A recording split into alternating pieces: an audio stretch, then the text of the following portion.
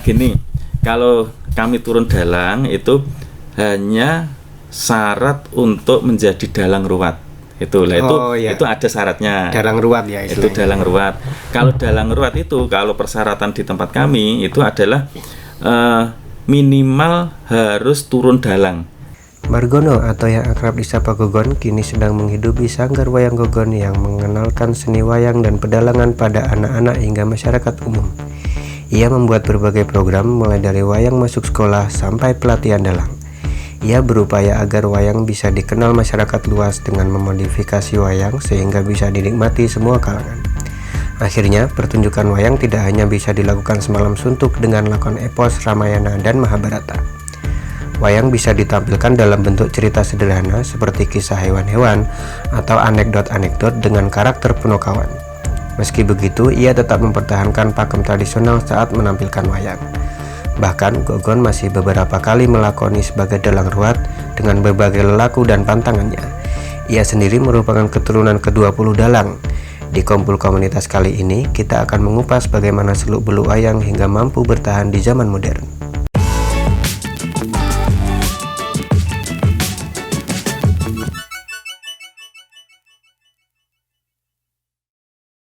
Halo Tribuners, kembali lagi dengan saya Ahmad di Kumpul Komunitas dan kali ini kita sudah bersama Pak Gogon dan Mas Hendar ya, mahasiswa ISI. Dan kali ini kita akan bicara mengenai Sanggar Wayang Gogon yang sekarang ternyata sudah eksis di banyak tempat. Nah, mungkin kita pertama bahas dulu sejarah Pak Gogon dalam menggeluti seni pedalangan dan wayang ini. Gimana Pak? Saya dilahirkan di dunia seni atau dilahirkan oleh orang tua saya. Orang tua saya juga dalang, ayang-ayang saya dalang semua, dan kebetulan saya sudah turun ke 20 turunan dari ayang-ayang dalang saya. Salah satunya yang pertama Ki Gondobuwono, yang kedua Ki Gading, ketiga Ki Panjang Mas, dan sampai ayah saya, kakek saya Ki Biarno Carito, terus Bapak Anggono, terus saya. Itu sudah ke 19 seperti itu. Jadi ini keturunan ke-20 ya, itu. Dari situ terus kami mendirikan sebuah sanggar itu pada tahun 2008. Pada saat itu saya lulus dari ISI itu tahun 2007. Terus 2008 saya resmikan menjadi sanggar. Terus sampai sekarang tetap saya buka. Dan bukan hanya memang fokusnya dulu untuk produksi wayang, untuk wayang pertunjukan. Terus setelah itu merambah ke souvenir. Terus tahun 2012 saya sebagai duta seni Indonesia ke Amerika, ke 3 kota besar di Hollywood, San Francisco, sama Los Angeles, itu dari Kementerian Pariwisata. Terus tahun 2016 saya difasilitasi oleh Kementerian Perindustrian, dibuatkan sebuah tempat yang dinamakan di Sentra IKM Kreatif Semanggi Harmoni yang ada di Semanggi. Terus yang ketiga, Sanggar Wayang Gogon saya buka di Karanganyar, di Tasikmalaya, Gaum, Karanganyar. Kemarin yang membuka adalah dari Kemenpora sama Pak Bupati sama Mas Gibran pada tahun 2022 kemarin. Oke. Ya. Nah, kalau kegiatan Sanggar Wayang Gogon ini apa aja Pak sehari-hari?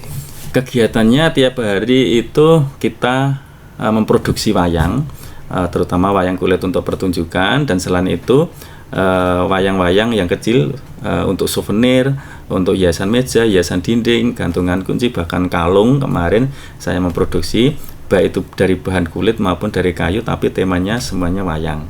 Itu untuk bagian produksi. Nah, terus setelah itu saya buka untuk pelatihan-pelatihan.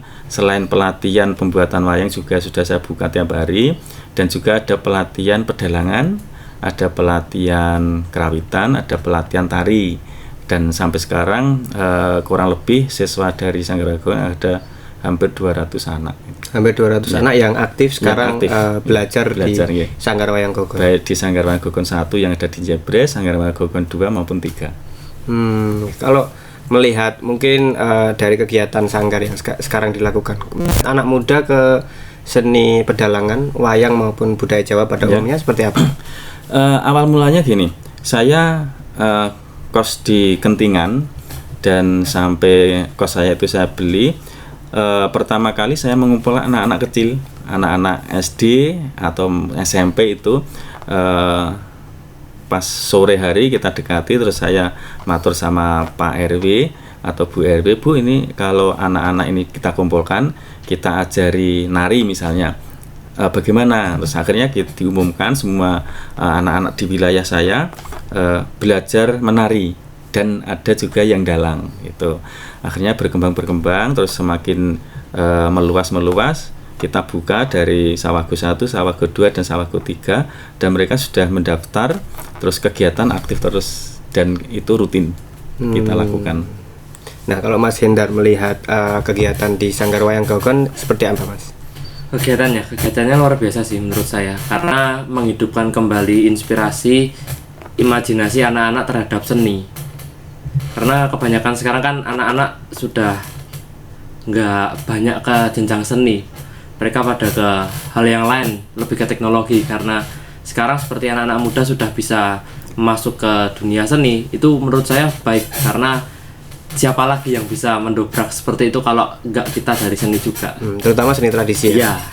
Nah, kalau mungkin dari ini sudah magang berapa lama?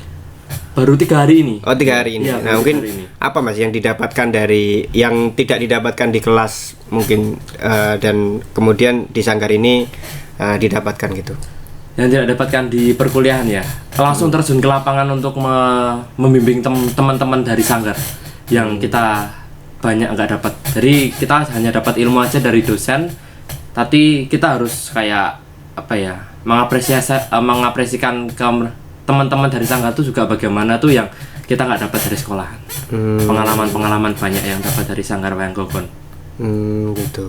Nah, mungkin kalau dari cerita-cerita Bapak dulu, Eyang dulu, dan kemudian sekarang membentuk Sanggar, apa ya Mas, yang berbeda dari wayang ketika orang menikmati wayang di zaman dulu, kemudian sekarang mungkin dengan banyaknya teknologi gitu.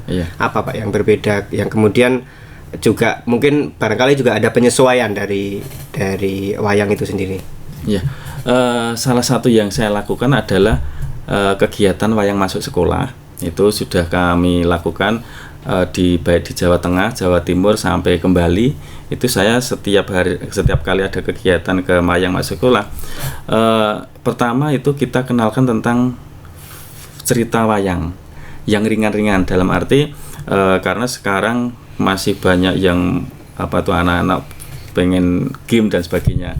Nah, dari situ ilmu yang kami dapatkan pada saat kuliah dulu saya tuangkan dalam masyarakat atau dalam regenerasi anak-anak. Contoh misalnya yang tadinya suka HP atau game, itu anak-anak saya kasih wayang. Saya kasih pegang wayang, terus saya juga terinspirasi dari yang saya kalau nonton wayang itu pasti di belakang layar, bukan seperti sekarang di belakang dalang atau di layar depan lah. Dari situ anak-anak saya kasih, misalnya contoh Semar Gareng Petruk Bagong, saya mengambil 4 orang anak, itu kita langsung praktekkan mulai jam 7 kita mengumpulkan anak-anak sekolah, terus kita latih jam 10 atau setengah 11 kita tampilkan, itu bisa.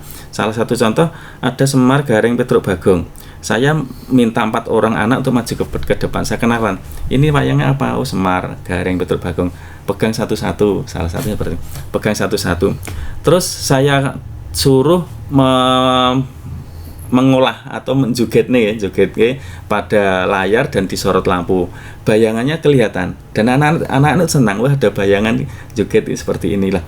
Terus yang Semar yang Gareng Bagong jadi 4 orang podon joget lah, itu untuk menarik anak-anak supaya cinta dulu atau senang dulu lah. Setelah itu saya mengambil 4 orang lagi, saya kasih naskah atau dialog yang ngomong Semar sendiri, yang ngomong Gareng sendiri, yang Petruk sendiri, Bagong sendiri, jadi ada 4 orang lagi, jumlah ada 8. Pada saat joget ke Semar, yang 1 orang yang membaca dialog Semar ini bicara dengan logat Semar. Terus nanti memegang Petruk, nanti ada juga yang bicara tentang logat Petruk. berarti ada 8 anak yang memerankan Ponokawan pada satu tempat yang sama. Terus akhirnya kita praktekkan, ayo coba dari awal dialog antara Semar karo Petro ataukah Gareng karo Bagong dan sebagainya. Pada saat anak-anak itu keliru membaca, itu malah menjadi itu malah jadi penonton pun juga tahu. Misalnya sing ngomong ki jane Petro, neng sing dijogetke Gareng. Nah itu anak-anak itu dengan kekeliran tersebut itu malah menjadi oh iya harus akhirnya jadi seneng seperti itu. Itu sudah saya lakukan berkali-kali. Gitu. Jadi kalau nggak salah ingat dulu mungkin ini ya, wayang itu sangat lekat dengan kehidupan masyarakat gitu kan. Hampir tiap mungkin hajatan nanggap wayang, hajatan nanggap wayang. Nah, semakin lama semakin kesini kan semakin jarang orang nanggap wayang, dan ini menjadi semacam satu cara untuk tetap mendekatkan kembali betul. mungkin. Betul Wayang. Tapi kalau dulu kan barangkali ada semacam pantangan yang harus dilakukan oleh seorang dalang. Nah, ketika wayang itu dihadirkan dalam bentuk dan ruang yang lain ini gimana Pak? Apakah tidak melanggar pantangan itu misalnya? Ya, sekarang gini, tinggal tujuannya si orang tersebut atau si seniman tersebut, wayang ini untuk apa? Atau tujuannya untuk apa? Pertama, kita tatkala berbicara tentang wayang keraton, wayang yang kuno atau wayang itu memang tidak sembarangan kita keluarkan. Contoh ada di Kediri itu ada wayang klitik. Wayang klitik itu keluarnya atau dipentaskan hanya 1 tahun sekali, itu pun pada bulan Suro. Itu jadi tidak harus, dan itu membukanya, mengeluarkannya pun kita harus memakai upacara, ada tradisi di sana. Lah, berbeda dengan tatkala wayang itu untuk pertunjukan, itu beda itu. Jadi misalnya kita ingin mengenalkan wayang pada anak-anak atau masyarakat. Ya kita tidak memakai wayang-wayang yang sengkeran ya, atau wayang yang memang tidak boleh keluar. Kita harus membuat wayang yang baru untuk dikenalkan atau disampaikan ke anak-anak untuk pertunjukan. Jadi fungsinya untuk pertunjukan. Gitu. Jadi tanpa meninggalkan tradisi itu, tapi wayang itu tetap dikenal di masyarakat gitu ya Pak ya. Nah, kalau bentuk-bentuk wayang yang ditampilkan di Sanggar Wayang Gogon apa aja Pak? Kalau bentuk, memang kami berangkat dari tradisional. Saya tetap memperkuat wayang tradisi. Karena apa? Pengalaman saya selama bertahun-tahun, misalnya wayang Pendowo, contohnya Werkudara atau Bima. Werkudara ke zaman biyen dari awal sampai sekarang sampai ke masa depan ya wis itu, nggak bisa dirubah. Yo duwe pupuk Masrine Kojaro teng asem, gelung Minangkara ndek ngarep dhuwur mburi dan sebagainya, nganggo gelang pakaiane napa niku Bang Bintuli poleng niku lah. Itu tidak bisa dirubah, itulah ciri khas Werkudara atau Bima. Tatkala itu dirubah sedikit pun, misalnya mburi dokoke Grudo, itu bukan Werkudara. Lah itu yang namanya merusak itu lah. Saya tetap berpegang teguh atau membuat wayang tradisional, karena wayang tradisional ini pengalaman saya itu eksis terus dan semua orang suka. Berbeda, tapi saya juga tidak menutup kemungkinan misalnya ada pesanan, Mas saya punya pengen pesan iki dengan gambar ini, saya oke saja. Maksudnya memang mereka yang butuh atau yang pesan, tapi yang saya produksi tiap hari itu adalah wayang tradisional. Karena dari zaman dulu sampai sekarang sampai yang akan datang, wayang tradisional yang tradisi itu memang itu sudah karyanya nenek moyang kita yang adiluhung dan penuh filosofi. Jadi tidak bisa dirubah. Nah, kalau format pertunjukannya kan wayang pakem tradisional itu pasti dilakukan di malam hari. Kemudian semalam suntuk bisa berapa jam itu misalnya. Kemudian ada lakon-lakon yang juga sudah pakem gitu. Nah, ada nggak Pak mungkin upaya-upaya menghadirkan bentuk-bentuk lain, misalnya untuk anak-anak, pertunjukan juga tapi untuk anak-anak, atau bisa dilakukan di siang hari, kemudian waktunya lebih singkat gitu. Gini, wayang untuk pertunjukan semalam suntuk itu kalau dulu saya belajar di Keraton Mangkunegaran di BDMN itu memang ada aturannya. Misalnya mulai dari bedol kayon, terus jejer, terus dayuan, terus kedatonan, terus pasiban Jawi, budalan dan lain sebagainya. Ada patet 6, patet 9, patet menyuro. Lah itu memang aturan atau pakem yang dibuat oleh nenek moyang kita, dan itu memang tidak boleh dilanggar. Akan tetapi pada masa-masa sekarang, pertama adalah waktu. Orang yang nonton wayang nek zaman dulu cilian saya itu sampai mulai jam 8 malam sampai jam 6 isuk itu masih banyak yang nonton. Bahkan 6 pagi itu banyak anak-anak sekolah yang nonton. Kari dewe itu malah golek itu metu gudril wayang golek itu saya masih ingat betul tentang kakek saya pada saat dalang. Lah semakin kesini wayang dibatasi sebelum subuh. Itu pada masa ayah saya sebelum subuh itu sudah selesai. Terus kesini lagi paling tidak jam 2 itu harus sudah selesai. Terus kesini lagi jam 1 sampai jam 12 harus selesai. Bahkan besok saya pentas di Lanut Adi Sumarmo jam 12 selesai Mas. Oke siap itu. Nah, ada juga yang bisa 1 jam selesai, ada juga yang 1,5 jam selesai. Saya pentas di Thailand hanya 5 menit itu sudah mewakili keseluruhan lakon. Tergantung kita sanggit kita bagaimana, alur ceritanya bagaimana. Yang penting pesan yang kita sampaikan itu bisa diterima oleh masyarakat, seperti itu.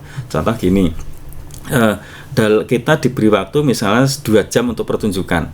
Saya juga terinspirasi oleh selain berbicara tentang wayang tradisi, saya terinspirasi film-film bioskop atau film-film barat yang durasinya hanya 2 jam. Lah dari situ saya melihat satu lakon misalnya sing berperan itu hanya 5 orang tapi mengasihkan ya. Setiap kita nonton asik, terus kita ada iklannya we gelo. Saya kepengen membuat sebuah pertunjukan di dunia wayang, ojo sampai penonton misalnya enak iklannya terus gelo.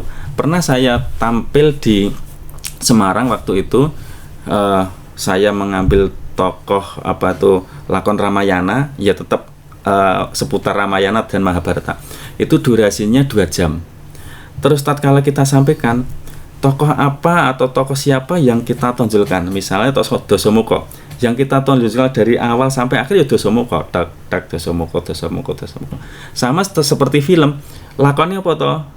Misalnya Superman, kan ya Superman terus dari awal Superman. Saya terinspirasi itu lah. Bukan terus merenco-merenco tokoh pirang-pirang, kebanyakan tokoh akhirnya penonton bingung. Nah, pada saat itu saya sampaikan, saya mengulas tentang Dasamuka dari awal. Saya seperti itu. Terus akhirnya ada penonton, salah satu penonton menerima telepon, itu sampai bilang ke saya, menerima telepon sampai 1/4 jam. Setelah itu nonton lagi gelo, iki mau kepiye ceritane, ketinggalan seperti lah. Itu malah yang saya tanamkan kepada penonton. Makanya kalau saya pertunjukan itu, saya tidak mewakili si senimannya untuk nonton, akan tetapi saya mewakili orang umum yang tidak tahu wayang supaya ngerti wayang bagaimana, seperti yang saya lakukan. Contoh lagi, saya mengadakan wayang kolosal yang ada di Jawa Timur tahun 2016. Tapi sebelumnya saya juga pentas kolosal tahun 2013 di Kementerian dan 2014 di Museum Kebangkitan Nasional Jakarta. Nah, itu sama. Bagaimana itu tadi tantangan seorang masyarakat supaya ngerti atau cinta wayang. Manajemen penonton itu pun saya atur, dalam arti gini, kita mengadakan pagelaran kolosal. Kita melibatkan anak-anak generasi, misalnya anak-anak SD atau SMP. Ini secara bodon, secara matematika. Anak-anak SD kita kumpulkan, diajari nari misalnya. Nanti nari pas pada pembukaan ini bla bla bla. Misalnya 30 orang atau 30 anak kita tampilkan, otomatis mulai dari ayahe, ibuke, mungkin bae, sedulure dan sebagainya mungkin pengen nonton putune atau anaknya yang tampil. Lah ini kan sudah penonton kita. Nah, itu sudah penonton kita. Misalnya dalam satu orang itu menggait 5 orang penonton. Kalau 30 kali 5 sudah berapa? Lah itu memang manajemen penonton itu yang saya pertimbangkan. Kedua, orang-orang yang tidak tahu tentang cerita wayang, ini saya paksakan untuk mengetahui cerita wayang. Bagaimana caranya? misalnya kita melibatkan orang reok, misalnya kita melibatkan pencak silat dan sebagainya, kita tampilkan. Terus saya punya susunan adegan. Pertama adegan jejer misalnya, anak iki terus reok yang mlebu niki, pencak silat yang mlebu rene. Lah, otomatis si pencak silat itu yang tadinya tidak paham wayang, gelem ra gelem kan harus nyimak. Oh, saya mau tampil di bagian ini. Bariki apa ya? Bariki aku. Seperti itu. Ini cara saya untuk mendidik orang awam agar supaya lebih mengetahui tentang cerita-cerita wayang. Artinya banyak hal yang mungkin dimodifikasi untuk menyesuaikan dengan kondisi zaman sekarang gitu ya. Betul, ya. Tapi kalau semacam pantangan-pantangan untuk dalang itu, kalau Pak Gogon masih melakukan itu atau sudah enggak atau gimana? Saya tetap melakukan. Dalam hal ini adalah ini peninggalan nenek moyang kami atau orang tua kami atau eyang-eyang kami. Contohnya misalnya tatkala mungkin bukan hanya dalang ya, semuanya pasti melakukan. Contoh misalnya tatkala kita mau belajar atau bekerja atau kemanapun, pasti satu itu berdoa, itu pasti, itu tidak bisa ditinggalkan. Sama kalau misalnya kita mau dalang, minimal kita harus berdoa. Mau melangkah keluar rumah itu pasti berdoa kemanapun. Terus yang kedua, dalam sebuah pertunjukan itu kan yang ada sebuah ubur rampe atau sesaji, misalnya jenang bakal, terus ada pisang selirang dan sebagainya, terus sebagainya. Itu yang tidak bisa ditinggalkan, bukan karena kita menyembah si bunganya atau menyembah pisang, itu enggak. Ini adalah ubur rampe, rasa syukur kita kepada Tuhan Yang Maha Esa diwujudkan dengan ini, seperti itu. Misalnya kita memakai jajanan pasar, yoneng uwi, gembili, buah-buahan lah. Ini sebuah simbol bahwa kita bersyukur agar supaya pertunjukan ini nanti tetap lancar dan tidak ada halangan apapun. Kurang lebih seperti itu. Jadi tujuan kita sudah tetap kita berdoa kepada Tuhan Yang Maha Esa, tetapi ubur rampe yang kita punyai peninggalan nenek moyang itu harus kita tetap lestarikan. Jadi termasuk mungkin kalau kan katanya kalau nggak salah dalang itu harus berisi tapi tidak boleh punya isi lebih dari satu. Kalau seperti itu ada kalau atau? Itu nggak ada di tempat kami. Oh, nggak ada ya. Kan. Oh, nggak ada. Cuma gini, kalau kami turun dalang itu hanya syarat untuk menjadi dalang ruwat. Itulah itu ada syaratnya. Dalang ruwat ya istilahnya. Itu dalang ruwat.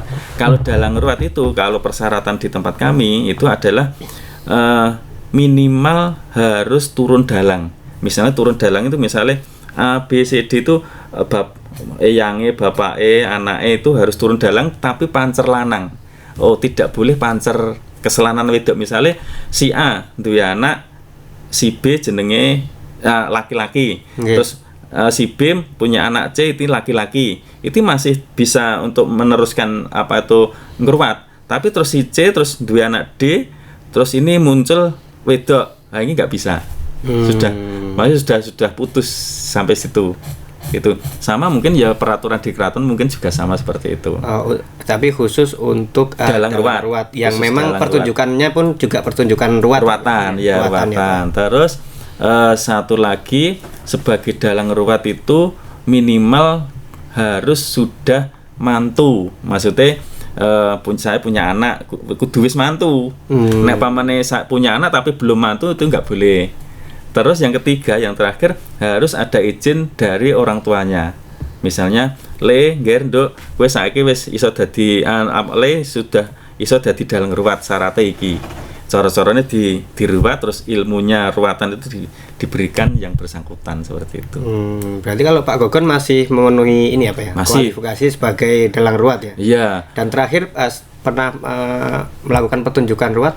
Kemarin itu saya diundang ke Karanganyar, itu ada ruwatan bumi, dari panitia nyuruh saya untuk ruwat. Terus saya beri saran gini, Mas, saya memang bisa meruwat, akan tetapi persyaratan jadi dalang ruwat itu bla bla bla bla. Akhirnya saya mengundang ayah saya untuk menjadi dalang ruwat. Jadi tidak bisa sembarangan saya yang ruwat itu nggak bisa. Karena ada ini ya Pak, ya semacam lelaku sebelum melakukan pertunjukan ada ya? Iya ada. Apa aja Pak, kalau boleh tahu? Ya salah satunya misalnya kita akan melakukan ruwatan, si dalang ruwat itu dari rumah itu tidak boleh minimal makan minum sampai ruwatannya itu selesai. Itu mungkin ada salah paham ya, misalnya dalangnya teko terus disuguhi kok ora gelem minum, lah itu harus kita sampaikan ke yang bersangkutan. Itu karena memang kita harus menjalankan itu. Kalau kita belum melakukan ritual ruwatan, kita tidak boleh makan dan minum di situ. Itu salah satu contoh kecil lah. Nah mungkin ke Mas Hendar, sebagai anak muda Mas, melihat apa yang dilakukan Pak Gogon dengan ada berbagai macam bentuk wayang dalam kontemporer yang berusaha penyesuaian zaman, tapi di sisi lain juga ada banyak tradisi, bahkan pantangan-pantangan yang masih terus dijalankan. Menurut Mas sebagai bagian dari anak muda, gimana Mas? Menurut saya yang dilakukan Pak Gogon dari beberapa hal yang dicampur aduk gitu Mas ya, dari tradisi terus menuju ke modern dan lain-lain, seimbang Mas, menurut saya bisa menyeimbangkan apa ya, kayak empan papan jadinya. Jadi kayak masyarakat butuh apa kita bisa lakukan itu. Jadi kayak masyarakat modern kita butuh wayangan yang pagelaran yang gampang diserap oleh masyarakat, itu kita beri contoh wayangan yang modern dengan garap yang modern, garap yang padat. Kalau masyarakat kita di pedesaan dan lain-lain itu kita bisa berikan garap yang pagelaran semalam suntuk, mungkin untuk hiburan dan lain-lain. Kalau menurut saya seperti itu sih. Dan kayak Pak Gogon sebagai salah satu punjer seniman juga di kota Solo yang bisa membangkitkan seni khususnya wayang kulit, luar biasa sekali kalau menurut saya. Nah mungkin terakhir Pak, soal ada banyak seniman-seniman dalang yang mungkin dari dulu yang mungkin sudah malang melintang, tapi kemudian minat ke masyarakat ke wayang semakin berkurang dan mereka pun juga semakin sampai sepi job, sampai akhirnya ya berakhir dengan cukup menyedihkan gitu. Dan beberapa berusaha mempertahankan atau juga mengubah seperti halnya Pak Gogon, tapi mungkin dalam bentuk lain. Misalnya wayangnya kemudian tidak lagi dalam dibuat dari kulit tapi dari kardus misalnya, dari, atau ada juga wayang dami atau apa gitu lah. Nah itu banyak perubahan-perubahan akhirnya, biar karena nanggep wayang pastinya sangat mahal begitu. Kemudian ada bentuk-bentuk lain yang berusaha agar biar agak murah nih, gimana caranya. Termasuk saya pernah juga di Bantul kalau nggak salah, itu ya wayang aja, wayangnya tetap kulit tapi tidak memakai musik gamelan. Nah musik gamelannya diganti akapela gitu. Jadi semacam itu. Nah kalau menurut Pak Gogon gimana fenomena sekarang yang terjadi seperti itu? Kalau menurut saya memang harus kita lakukan, karena kalau kita harus menggundali yang tradisi, tatkala masyarakat generasi tidak tahu, akhirnya kita akan punah sendiri. Jadi memang kreativitas si senimannya itu mau memakai apa itu memang kita bebas dalam arti kebebasan ini. Misalnya harus misalnya pakemnya gini, atau aturan seperti ini. Misalnya contoh Duryudono atau raja di Astinapura, pakeme atau aturannya Duryudono ki matine karo si Werkudara itu sudah tidak bisa dirubah. Misalnya terus ada dalang yang merubah Duryudono ki matine karo Janaka, lah itu kan pasti banyak orang yang komplain lah. Maksud saya gini, misalnya ada kreativitas, ada apapun, membuat dari bahan apapun, terus ceritanya bagaimana, itu memang saya sangat salut dan saya sangat mengiyakan bahwa ini kreativitas si senimannya, agar supaya regenerasi itu tetap mencintai, minimal kenal dengan wayang.